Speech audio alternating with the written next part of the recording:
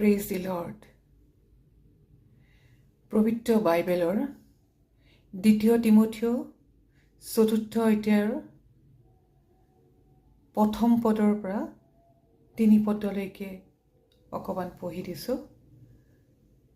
মই ঈশ্বৰৰ সাক্ষাতে আৰু জীৱিত আৰু মৃত লোকৰ ভাবি বিচাৰকৰ্তা খ্ৰীষ্ট যীশুৰ সাক্ষাতে আৰু তেওঁ ৰজাস্বৰূপে শাসন কৰিবলৈ যে পুনৰাই আহিব, সেই কথা মনত ৰাখি তোমাক এই দৃঢ় আজ্ঞা দিছোঁ।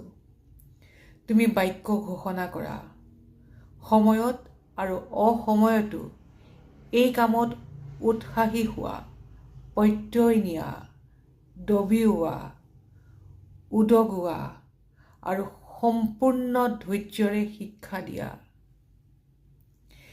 এনে এটা সময় আহিব যেতিয়া মানুহবিলাকে সত্য শিক্ষা সহ্য নকৰিব, কিন্তু তেওঁলোক কৌশলী লোক হৈ নিজে ভাল পোৱা শিক্ষা শুনিবলৈ নিজলৈ অনেক শিক্ষক গোটাই ল'ব।